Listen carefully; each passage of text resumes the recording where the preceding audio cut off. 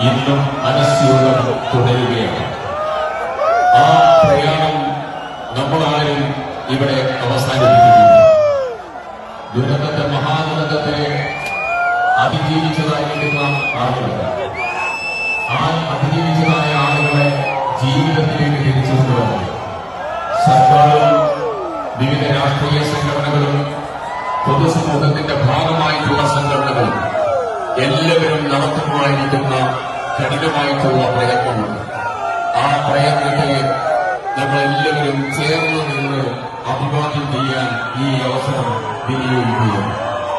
മറ്റൊരു പ്രധാനപ്പെട്ട കാര്യം, ദുരന്തവുമായി ബന്ധപ്പെട്ടുകൊണ്ട് ഉന്നത വിദ്യാഭ്യാസ മേഖലയിൽ, ആ മേഖലയിലെ മുണ്ടക്കൈയിലെ ചുവരൽമലയിൽ MBBS പഠിക്കുന്ന, MCA പഠിക്കുന്ന, ആർട്സ് ആൻഡ് സയൻസ് കോളേജിൽ പഠിക്കുന്ന, വിവിധ കോളേജുകളിൽ പഠിക്കുന്ന, അമേരിക്ക അടക്കമുള്ള കോളേജുകൾ പഠിക്കുന്ന കുട്ടികളുണ്ടായി.